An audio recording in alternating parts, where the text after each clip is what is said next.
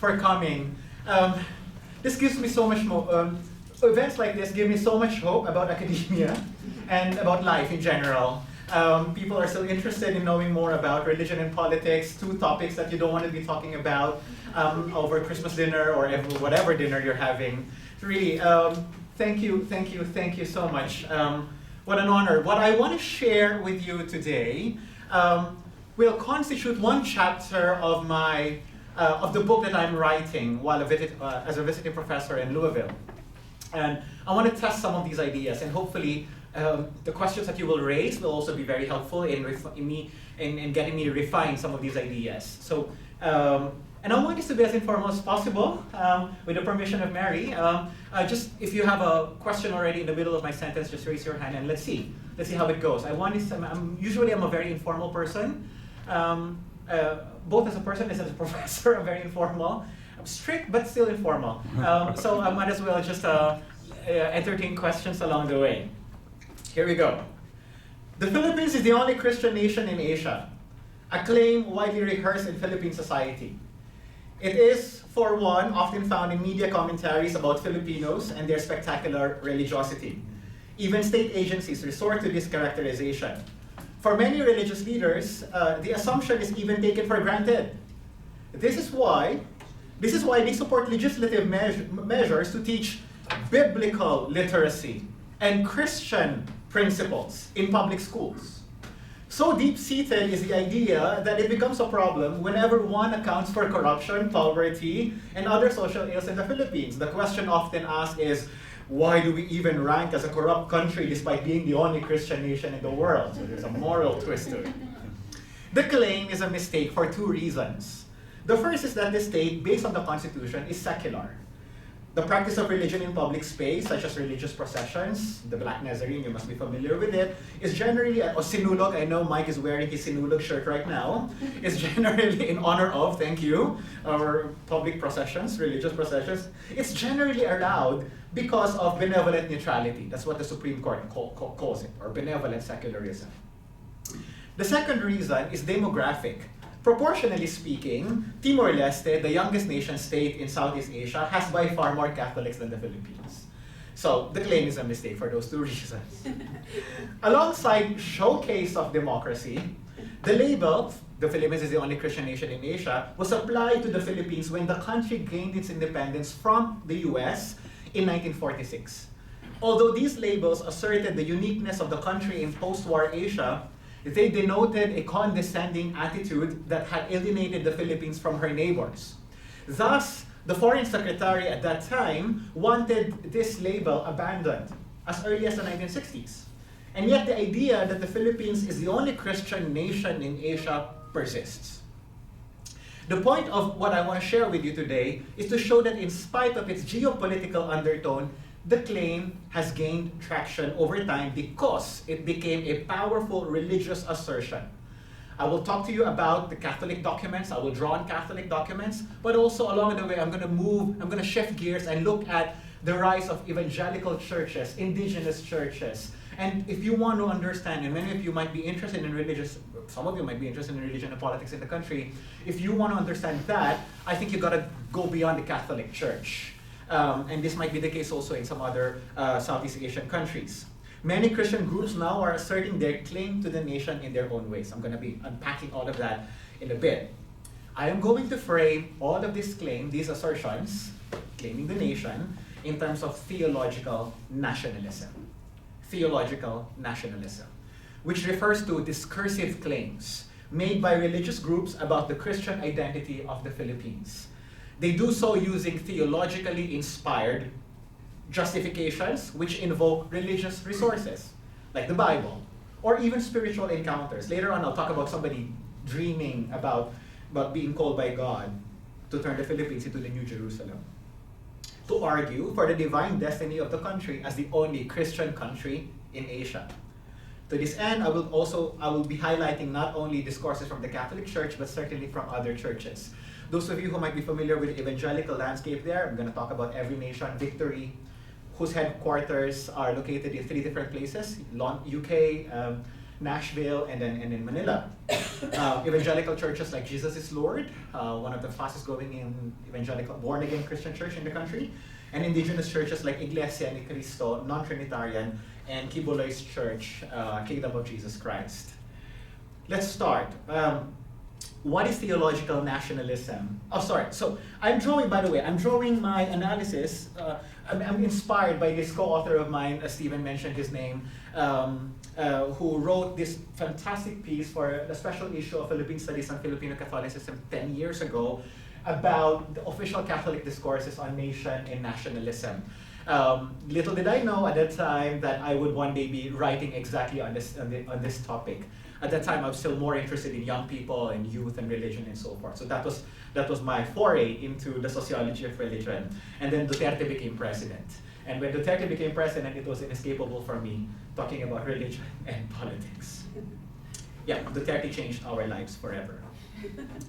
What is theological nationalism? Theological nationalism, I think, must be situated in wider debates about religion and nationalism.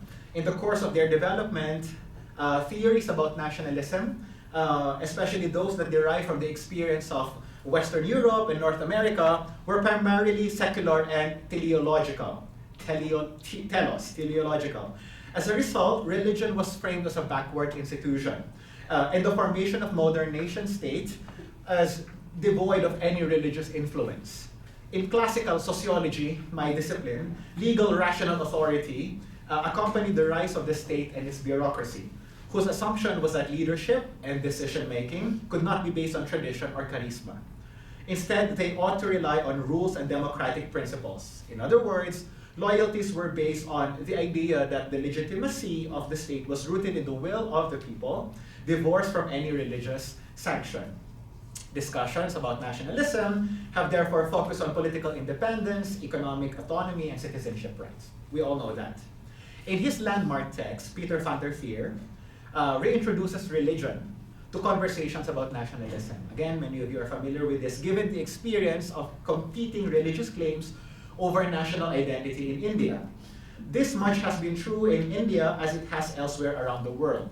With religious nationalism, the nationalist project and accompanying political action are grounded in a religious confession. For its actors, the confession informs the law, ethics, business, and cultural projects of the nation-state, education.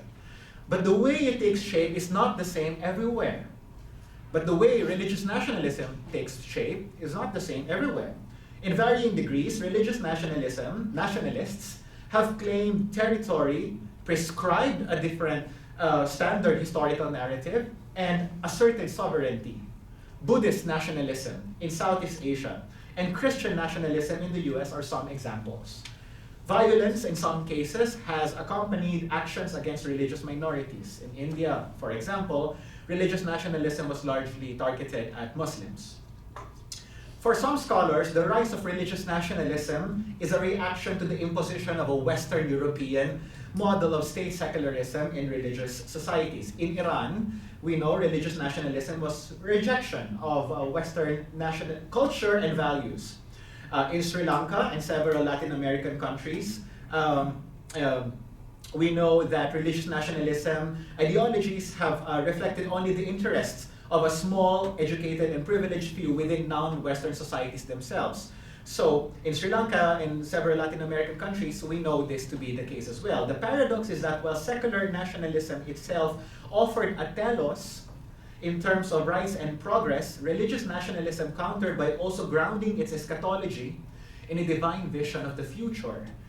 Interestingly, the failure of secular nationalism to bring about progress in these societies coincides with the religious vision becoming more persuasive.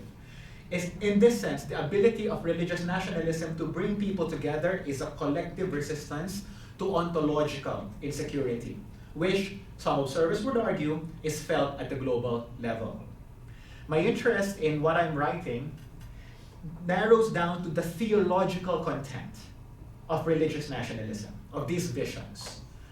I'm going to look at theological nationalism as a discursive act to assert the religious identity of a nation state by drawing on theological justifications. In other words, theology that claims the nation. The discursive act has, in my view, has two aspects. The first question is the content. It has to do with the content. What exactly is being claimed? Which part of the country is being claimed? Which people are being claimed? And which people effectively are being excluded as well? The second, so that's clearly nationalism, we know that. But the other bigger question that I have in mind, or big question I have in mind, is this. What are the religious worldviews, beliefs, or convictions that inform the claim to the religious identity of a nation state?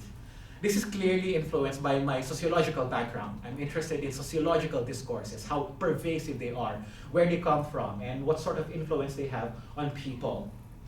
What are those discourses? That's what I'm going to be unpacking for all of you. This choice to be narrow recognizes that inasmuch as religious nationalism takes shape in varying degrees around the world, its manifestations all rely on a religious vision and basis. I want to know what the religious vision is. Thus, the emphasis on the theological content and its underpinnings. This emphasis on the theological content of religious nationalism draws inspiration from recent scholarship. In the US, we're familiar with Christian nationalism. We've got colleagues, people like Andrew Whitehead, and they've written Samuel Perry, they've written tremendously about Christian nationalism in the country. In the US, paying attention to specific surveys and the variables about prayer in public schools, religious symbols in public spaces, and the belief that the US is a Christian country. So we know that. So I'm partly influenced by that scholarship. But I'm also influenced by emerging scholarship in South Africa. There's a guy called Joel Cabrita. He's a historian, and he writes about the theological nationalism, and it's also the phrase that he's using, of Isaiah Shembe. Shembe was the founder of the Nazareth Church in South Africa. What he did was he analyzed the statements, Shembe's statements and prayers in the early 20th century. He demonstrates that the religious leader, so Cabrita shows that Isaiah Shembe believed that it was his influential church and not the Zulu monarchy that would reestablish the embattled nation. For example, his prayers, and this is methodologically an interesting thing to do, looking at the prayers. His prayers, for example, were in effect commentaries on the sins of the monarchy, which was being judged by Jehovah. Therefore, its only redemption was moral recovery, religious recovery.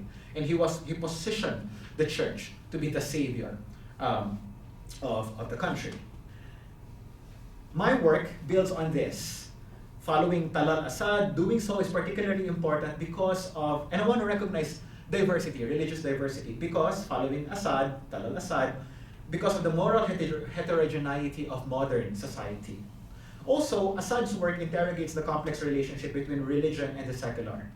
While the secular, in the form of the state, limits the power of religion, theological nationalism, in effect, resists this compartmentalization. The other question, finally, towards the end of my talk, I want to, in the rest of my presentation, I want to pay attention to the people behind. People who are articulating theological nationalism. As a discursive act, and this is where my sociological hat, this is where my being a sociologist comes in again. As a discursive act, its sources are necessarily diverse. This is an important lesson derived from recent work on polydox theology, the idea that theological discourses are not only from the institution, but are also articulated by people, and how they come together and how they are sometimes in tension with each other.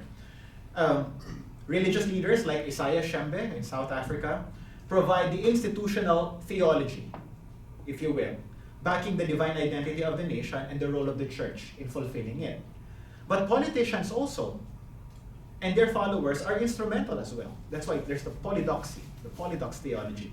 When he ran for president, Donald Trump, famous, I understand, in the country, was widely supported by conservative religious leaders, even though he was not known to be pious himself.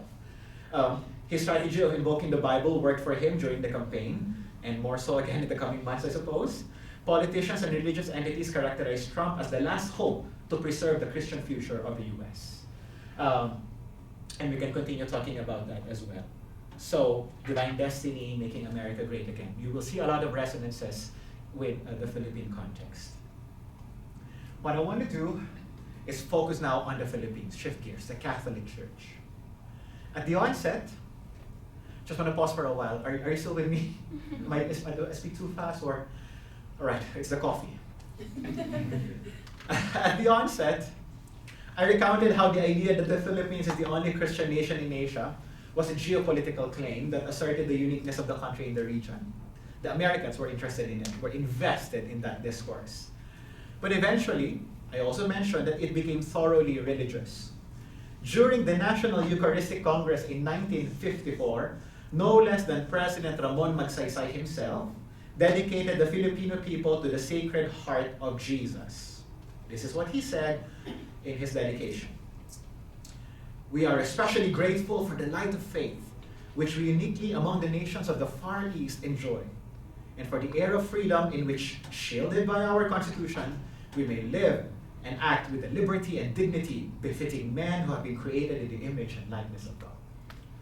For Chelly Barry, American scholar based in Thailand, given the rise of communism in Asia, it was unmistakable that the consecration, this thing, was at once religious and political. The move was heavily criticized in the media for various reasons, including as a violation of the principle of church-state separation. But nevertheless, it was useful for Ramon Magsaysay. Through the writings of its bishops, the Catholic Church played a significant role in galvanizing this claim. Relying on bishop statements from the 1940s, Francisco, whose article I showed you just now, Francisco narrates the trajectory of this imaginary. Apparently, in the 1940s, nationalist sentiments that rejected the role of the church engendered a defensive disposition on the part of the bishops. 1940s. Specifically, in the wake of Philippine independence, public education became a battleground for the Catholic Church over the elimination of religious instruction and the introduction of nationalist publications. In 1950, the Catholic Welfare Organization, CWO, the predecessor of the Catholic Bishops' Conference of the Philippines, condemned the teaching of Rafael Palma's biography of Jose Rizal. This was what the Catholic Church said then. We believe that we would seriously fail in our duty if we did not raise our voice of warning and protest against the attempt by the enemies of the Catholic name to impose on the young people in our public schools the reading of a book written by a well-known anti-Catholic, which is highly offensive to the religious sentiment of over 80% of the population in the Philippines. From the 1960s onwards, a shift took place in which the Catholic Church began seeing its role as to side with the Filipino people, particularly the marginalized. The shift coincided with the Second Vatican Council. For Francisco, again, still doing a little review of Francisco, statements released by the CBCP from then on viewed the Philippines as a Catholic nation at work in the task of national development, building the nation. This was a major turn for the Catholic Church, which beforehand was accused of elitism. In 1970, the CBCP declared the Philippines is a Christian and democratic country. That was the declaration. In the spirit of this conviction, the clergy made commentaries on social and political concerns. Again, martial law, that was the immediate context. In fact, in the pastoral exhortation on Philippine politics, the CBCP claims that our faith in God has played a key role in major events of our history, even in a decidedly political matter like the People Power Revolution of EDSA, 1986. To this day, the Catholic Church, through its Catechism for Filipino Catholics, continues to frame the Philippines as the only Christian nation among our Asian brethren. It goes on. There are deep affinities between Christ's message and the Filipinos in most ways of thinking and acting. In recent years, I don't know, the Filipino in the house, I don't know if you resonate with this, but it is what it is. Right? In recent years, the CBCP has also approved the annual consecration of the Filipino people to the Immaculate Heart of Mary. Behold, as we gather before your Immaculate Heart, we desire our Church of the Lord in our land. We desire the Church of the Lord in our land, joined in heart and mind with all our people, isang bayang Filipino, one Filipino nation, to unite ourselves with the consecration which for the love of us your Son made of himself to the Father. So it's all there. It's all there. The Catholic Church. And we can continue talking about this, and those of you who are interested in Catholicism and politics in the country, this invocation remains discernible in everyday discourse. Is it a Catholic church or is it a Bible? We're going to shift gears now. We're going to talk about emerging churches. My interest really has moved away from Catholicism. I want to look at the increasingly influential churches. I mentioned them just now. Evangelical church, this is the Philippine arena over there. That's when Iglesia ni Cristo, those of you who are interested in indigenous churches, Iglesia ni Cristo is the fastest growing indigenous Christian church in the world today.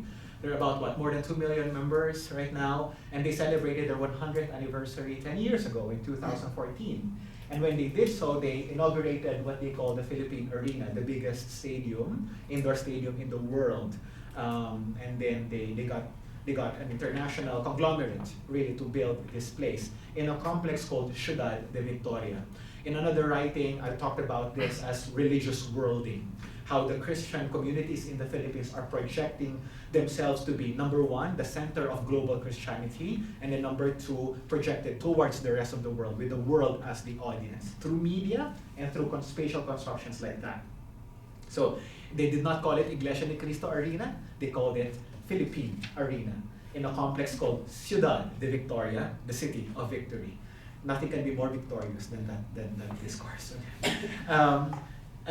This one is the headquarters of Every Nation, so Born Again Christian Church, Evangelical Church, one of the biggest megachurches in the country today. Whereas this one is Jesus is Lord, from the website of Jayeel Hong Kong.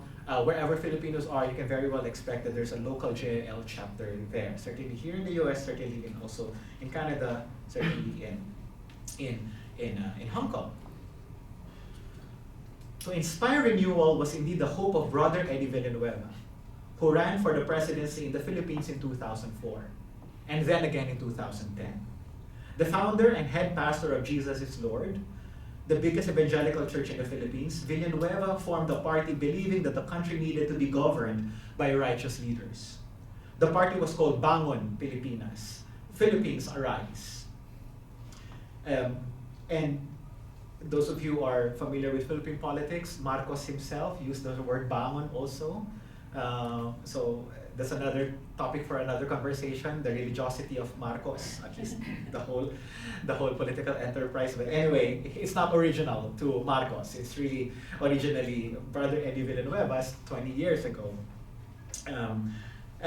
He formed a party believing that the country needed to be governed by righteous leaders.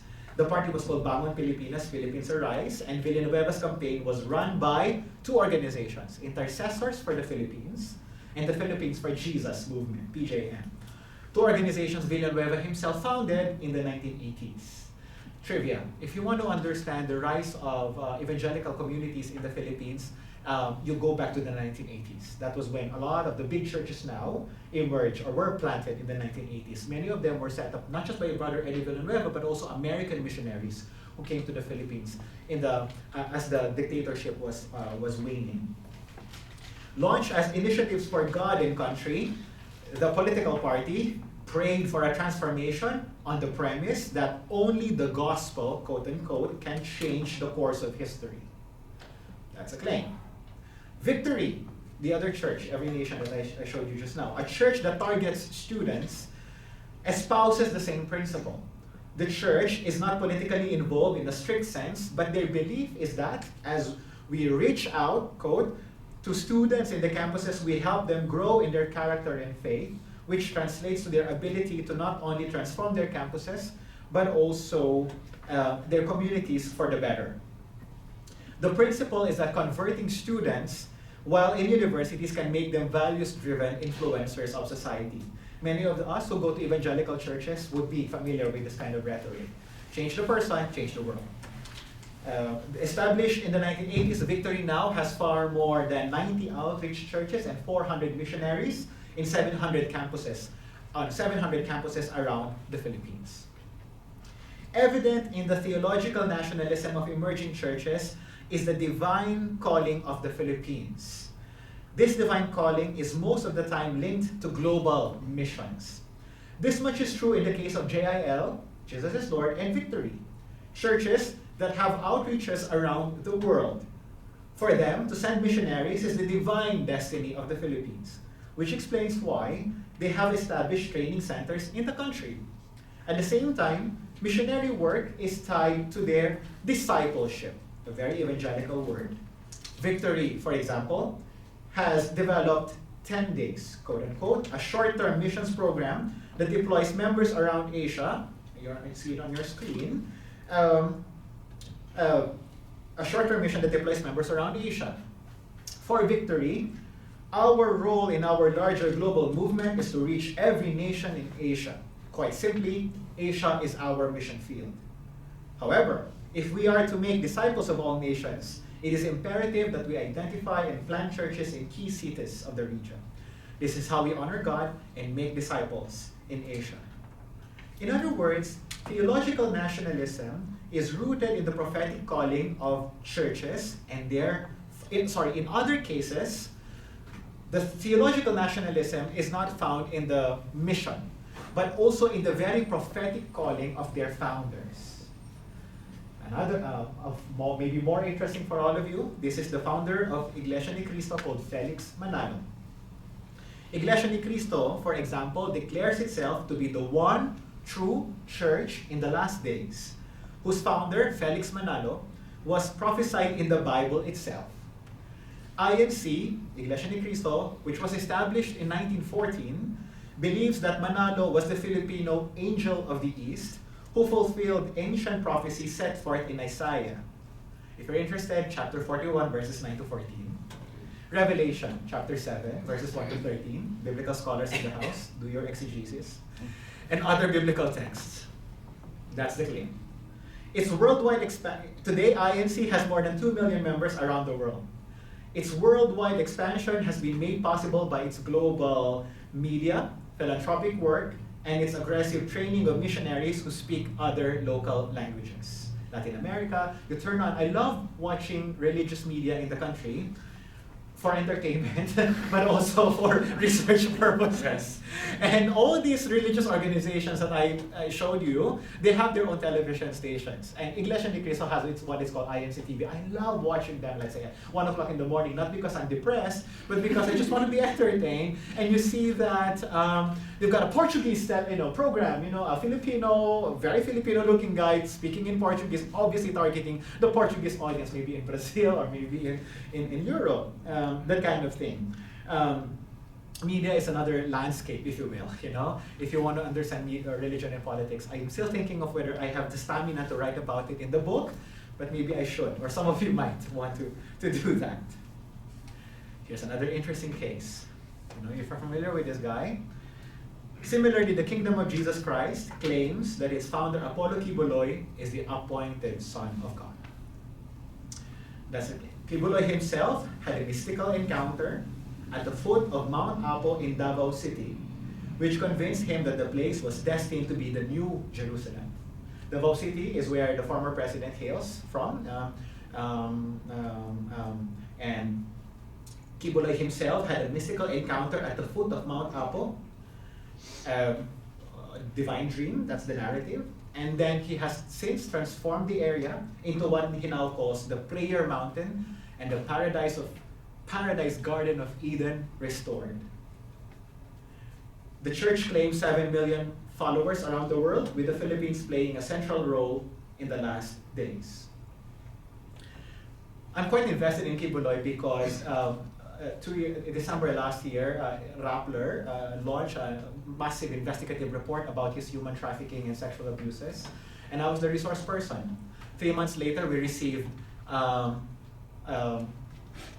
cases filed against us, and for many months, Rappler and me being a writer and a resource person for Rappler, I was also named as a respondent. And at one point, we were all ready to go to jail because of this. So I'm very much invested in him, but also apart from his political influence, he's also quite an interesting figure. In this particular episode in 2018, Kiboloy spoke to his audience, this very episode. Last night, I had a dream, and the Lord spoke to me in that dream. Apollo, your name is my name, and my name is your name. And everybody was clapping, effectively deifying himself. Prior to that, he only called himself as the appointed Son of God. In this particular episode, he was effectively making Apollo the very new name of the Almighty Father. So if you're interested I don't think he's crazy.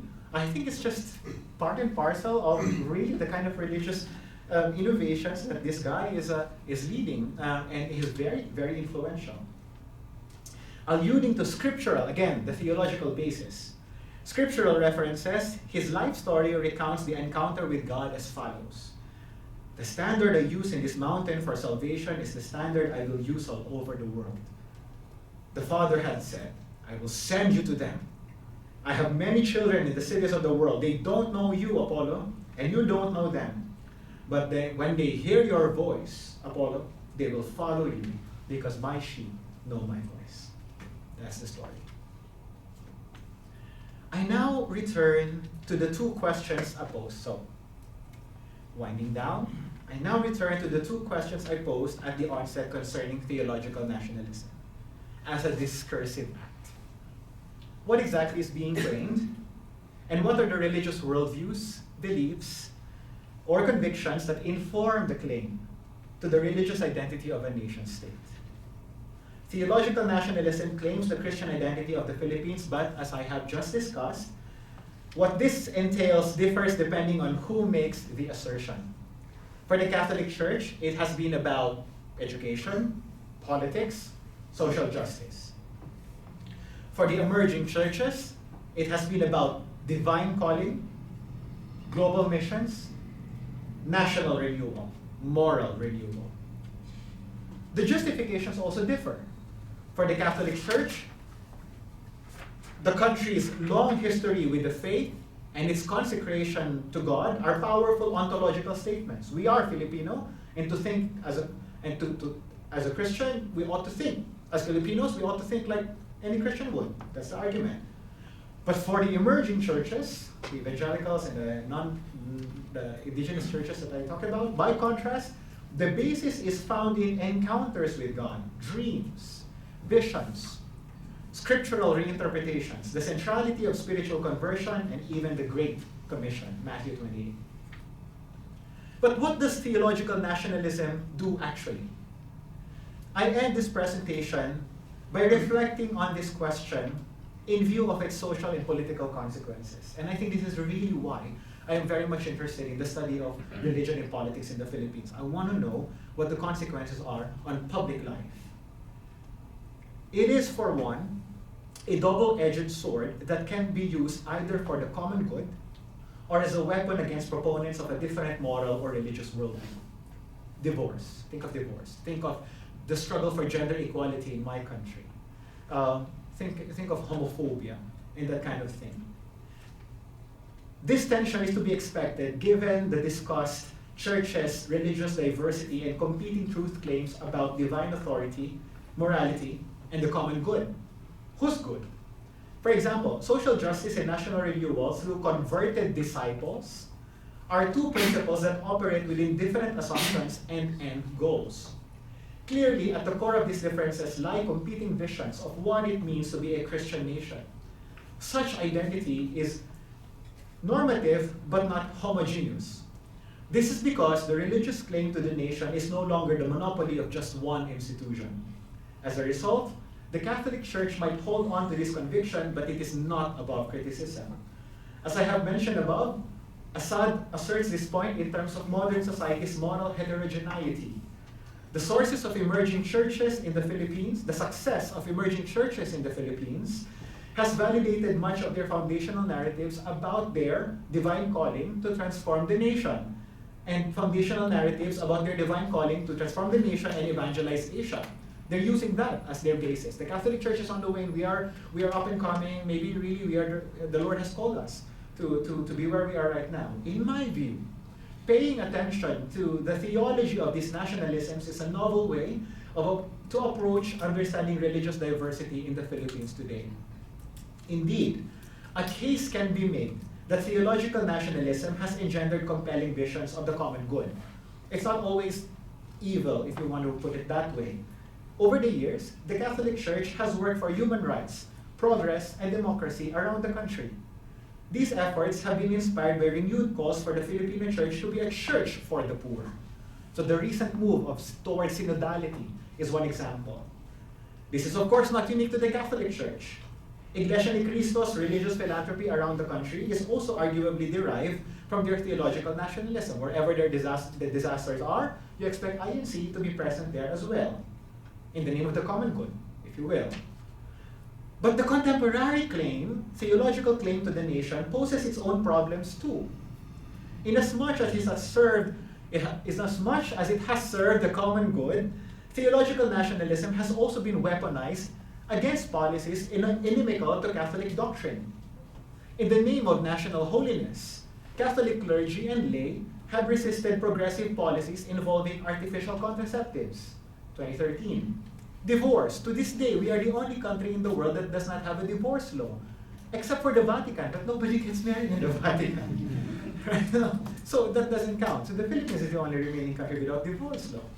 Same-sex marriage and gender equality. I think these are the three hot-button issues in the coming, 20, 30 years in the Philippines. When Pope Francis visited the Philippines in 2015, he urged the faithful to resist what he called ideological colonization through contraception and same-sex marriage. In fact, the Catholic Church has relied on intellectuals and lawyers to lobby its case in Congress. Interestingly, some religious leaders themselves or members of their religiously inspired parties have become politicians. This is another way of looking at their rising influence, not just through conversion, but also through their political presence, through parties and senators and congressmen. In this capacity, they have used the Bible to argue that Duterte's bloody war on drugs is necessary to cleanse society and that Filipinos are called to obey the authorities. Romans chapter 12, if you're interested in the biblical discourse. These churches, evangelicals and other Christian churches, have also used theological insights to argue against moves to legalize same-sex marriage and gender equality in the country. To this day, the Soji Equality Bill remains unpassed.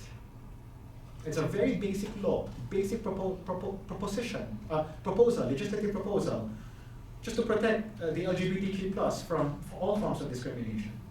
But it hasn't, it remains unpassed. These recent developments raise important concerns about the contributions of religion to public life in the Philippines. It is important for both observers and religious actors themselves to think about these contributions, not just because of its implications for church-state separation, but because the majority of Filipinos do not agree with religious influence and policy making. That's true. 80%, I think one survey shows, do not like it whenever Catholic priests use the pulpit to talk about politics. This is why. So if you were watching the recent elections in 2022, you know that a lot of priests rallied in favor of Leni Robredo, then vice president. I knew that was going to backfire. Why? Because I knew the survey data that Filipinos did not like it whenever priests use their influence to talk about politics. But it is what it is. One issue is religious diversity in the pursuit of the common good. Theological nationalism has embraced a very narrow understanding of Christianity and citizenship, which has overlooked legitimate calls for divorce and gender equality, for example. Advocacy in support of such initiatives has been drowned out by theological nationalism. In this sense, theological nationalism contradicts the principles of dialogue, openness, and diversity embraced by public theology, a theme that I would like to pursue in the book also, maybe towards the end. Because in the Philippines, my scholarship is also widely read by theologians, and it's important to engage theologians as a social scientist. even though I am a social scientist. Finally, this is my last point. The other issue is related to theological nationalism and the rise of populist leaders like Duterte, who threatens that he will kill anybody who will destroy my country. The drug use, the substance abuse, people with substance abuse problems. And we can also talk about authoritarian nostalgia, given the victory of Marcos Jr. Theological nationalism and populism and authoritarian nostalgia parallel each other in upholding the nation and defending it against its enemies, many of whom are imagined in the name of national holiness and renewal. So whenever Bongbong Marcos said that he wanted to make the Philippines great again, I did not see it as a political statement.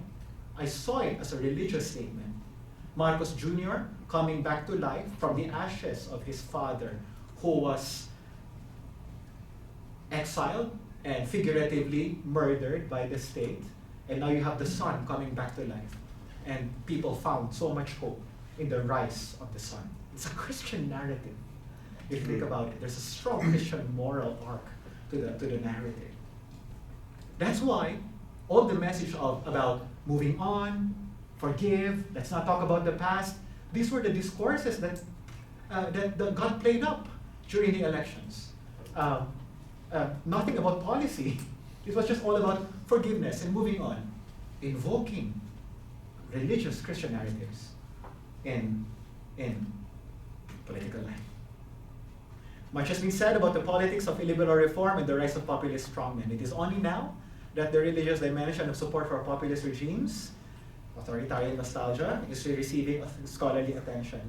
I hope that this talk has inspired some of you to pursue this line of thought, maybe in your own scholarship, and I'm looking forward to whatever you may have to say about my ideas, and let's see. Thank you so much, really, for